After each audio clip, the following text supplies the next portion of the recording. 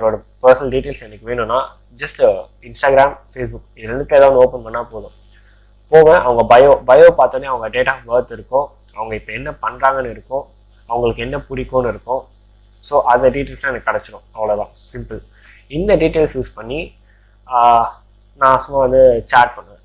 என்ன உங்களுக்கு தெரியுமா, இதுதான் உங்கள் டேட் ஆஃப் பர்த்து, நம்மளாம் ஸ்கூலில் ஒன்றா படித்தோம், லைக் அந்த மாதிரி வந்து நான் ஏதாவது ஃபேக்காக வந்து நான் ஏதாவது அவங்கக்கிட்ட நான் பேச ஆரம்பிப்பேன். இது ஒரு அட்வான்டேஜ். ஓகேவா? இப்போது அதில் நமக்கு வந்து காண்டாக்ட் நம்பர், இமெயில் அட்ரஸ் இதெல்லாம் வேற இப்போ வந்து நம்ம ஆட் பண்ண மாதிரி இருக்குது. ஸோ இது நமக்கு இன்னொரு அட்வான்டேஜாக இருக்குது ஒரு அட்டாக்கருக்கு. ஓகேவா? இந்த மாதிரி பர்சனல் இன்ஃபர்மேஷன்ஸ்லாம் ப்ரொஃபஷனுக்கு மட்டும் யூஸ் பண்ணுங்கள். ப்ரொஃபஷனுக்கும் பார்த்தீங்கன்னா நீங்கள் பிஸ்னஸ் ஒரு ஏதாவது ஒரு ஒர்க் ரிலேட்டடாக யூஸ் பண்ணிக்கோங்க. உங்கள் டேட் ஆஃப் பர்த் இதெல்லாம் வந்து நீங்கள் லாகின் பண்ணுறப்போ தரதோட ஸ்டாப் பண்ணிக்கோங்க, வெளியே எக்ஸ்போஸ் பண்ணாதீங்க. ஓகேவா? ஓகே. செகண்ட்,